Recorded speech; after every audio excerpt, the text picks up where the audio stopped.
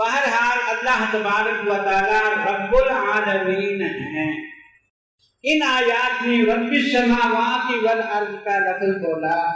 قرآن کی پہلی آیت میں بھی اللہ تعالیٰ نے الحمدللہ رب العالمین کا اپنی ربوبیت کا ذکر کیا، اور قرآن کی آخری صورت میں قل اعوذ برب الناس فرمایا، اور درمیان میں پتہ نہیں کتنی جگہ اپنی ربوبیت کا ذکر کیا۔ تو پالنے والے کون ہیں؟ اللہ ہیں۔ یہ عقیدے کی بات ہے۔ یاد رکھیں کہ یہ جو راتیں آتی ہیں گویا کہ یہ موسم ہیں، اس میں مشق کرنی ہے، ہم نے عبادت کر کے اپنا عقیدہ بھی پختہ کرنا ہے، عمل بھی پختہ کرنا ہے۔ ایسی راتوں کے اندر اللہ مشق کراتے ہیں، کہیں رمضان کے اندر موسم آ گیا عبادت کا، کہیں شب قدر کے اندر آ گیا، کہیں شب برات کے اندر۔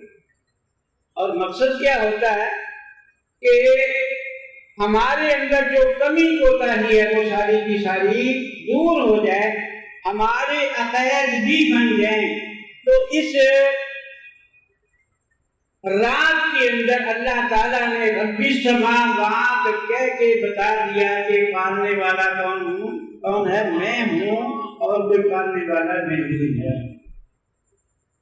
اور رازق بھی کون ہے؟ اللہ ہے۔ مالک بھی کون ہے؟ اللہ ہے۔ عزت دینے والے کون ہیں؟ اللہ ہے۔ احکم الحاکمین کون ہے؟ یہ مشق آگے پیچھے بھی ہوتی رہتی ہے۔ عشاء کی نماز سب نے پڑھی ہے، اور اس کے اندر بھی اللہ کی حاکمیت کی جو ہے وہ ہم نے مشق کی ہے۔ سب سے پہلے جو ہے وہ اللہ اکبر کہا۔ اللہ اکبر کا معنی کیا ہے؟ کہ اللہ سب سے بڑے ہیں۔ جس کو اللہ عزت دے اس کو کوئی ذلیل نہیں کر سکتا، جس کو اللہ ذلیل کرے اس کو کوئی عزت نہیں دے سکتا۔ اللہ تعالیٰ احکم الحاکمین ہیں، اللہ رزاق ہیں۔ ماں کے پیٹ کے اندر بھی روزی وہی دیتے تھے، پالتے تھے۔ پیدا ہونے کے بعد ماں کی چھاتی میں جو دودھ رکھا ہے وہ بھی اللہ نے پیدا کیا، اور جتنے اسباب ہمیں نظر آ رہے ہیں وہ بھی خدا کے پیدا کیے ہوئے ہیں۔ اگر اللہ چاہیں تو ان سبب کے اندر، ان اسباب کے اندر اثر ختم کر دیں۔ اسباب ظاہری جو ہیں وہ موجود ہیں۔ یہ یاد رکھیں کہ عقیدہ اور ایمان یہ ہے کہ دنیا میں جو کچھ بھی ہوتا ہے وہ کرنے والے اللہ خلقکم وما تعملون، کہ اللہ تمہارے بھی خالق ہیں، تمہارے عملوں کو بھی خالق ہیں۔ تو نماز جو پڑھی ہے یہ بھی ایک مشق ہے۔ اللہ اکبر کے کہہ کے ہم نے زبان سے اقرار کر دیا کہ اللہ سے بڑا کوئی نہیں ہے۔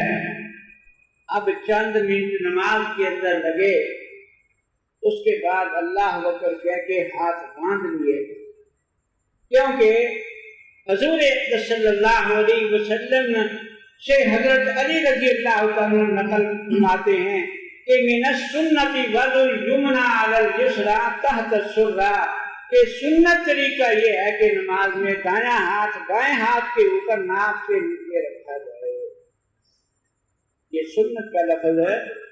حضرت علی نے فرمایا ہے، علامہ جلال الدین سیوطی رحمۃ اللہ علیہ تدریب الراوی میں ایک اصول ذکر کرتے ہیں کہ صحابی جب سنت کا لفظ بولے تو اس سے مراد حضور کی سنت ہوتی ہے، غیر نبی کی سنت اور طریقہ نہیں ہے۔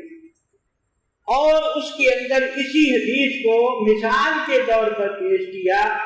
اور یاد رکھیں کہ محدثین کا اصول یہ ہے کہ جس حدیث سے کوئی محدث استدلال کرتے وہ استدلال کرنا اس حدیث کی تصحیح ہوتا ہے۔ تو اس سے معلوم ہو گیا کہ یہ حدیث صحیح بھی ہے، اور حضور کی سنت جو ہے وہ ناک کے نیچے ہاتھ باندھنا ہے۔ ہم نے جو ہے وہ وہاں ناک کے نیچے ہاتھ باندھ لیے، سر کے اوپر تو نہیں باندھ لینا۔ آج کل ایک لوگ ایسا ہے کہتا جی ہمارے ہاتھ تم سے اونچے، اور اس سنت کو مذاق تک کرتے ہیں۔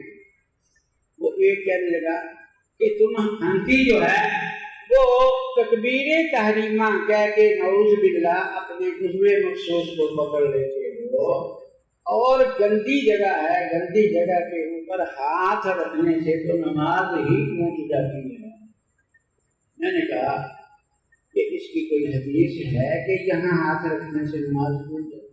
حضرت علی جو خلیفہ راشد ہے، حضور صلی اللہ علیہ وسلم نے فرمایا علیکم بسنتی و سنت الخلفاء الراشدین، کہ میری سنت کو بھی لازم پکڑنا ہے اور خلفاء راشدین کی سنت کو بھی لازم پکڑنا ہے۔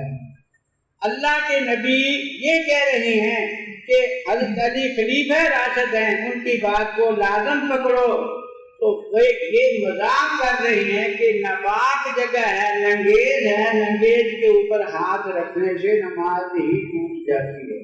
یاد رکھیں کہ کوئی حدیث نہیں ہے کہ لنگیز پر ہاتھ رکھنے سے نماز ٹوٹ جاتی ہے۔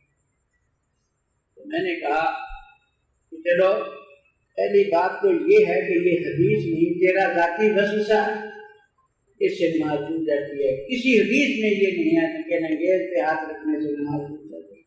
پھر میں نے کہا کہ چلو ننگیز جو ہے، حضور نے فرمایا الفقد عورۃ، کان جو ہیں وہ بھی ننگیز ہے۔ اگر ہماری ہنسیوں کی پہلے ہی ٹوٹ گئی تو تم نے جب رکوع کے اندر گئے تو کہاں ہاتھ رکھے؟ ننگیز پہ رکھے کہ نہیں؟ تو تمہاری پڑی ہوئی نماز تھی وہ بھی ختم ہو گئی، رکوع جاتے وقت ننگیز کے اوپر ہاتھ رکھ لیا۔ تو فرق یہ ہو گیا کہ اگر تمہارا اصول ہو حنفی کی نماز تو شروع ہی نہیں ہوئی، اور تمہاری مثال ایسے ہے کہ اگی اگائی کھیتی کے اوپر اولے پڑ گئے، رکوع جاتے ساری کی ساری محنت ختم۔ اور اگر یہی بات ہے کہ ننگیز پر ہاتھ رکھنے سے نماز ٹوٹ جاتی ہے تو عورت کی تو چھاتی بھی نہیں ہے، اب وہ ہاتھ پھینک دے کہیں تو اس کی پھر نماز کو کہاں ہاتھ پھینکے؟ یاد رکھیں یہ وسوسے ہیں۔ خیر یہ ضمنی طور پہ بات آئی، میں یہ کہہ رہا تھا کہ جو حضور نے حضور سے ہمیں شریعت ملی ہاتھ باندھنے کی، ہم نے ہاتھ باندھ لیے اور سبحانک اللہ پڑھنی شروع کر دی، پھر اعوذ باللہ پڑھی اور پھر بسم اللہ پڑھی۔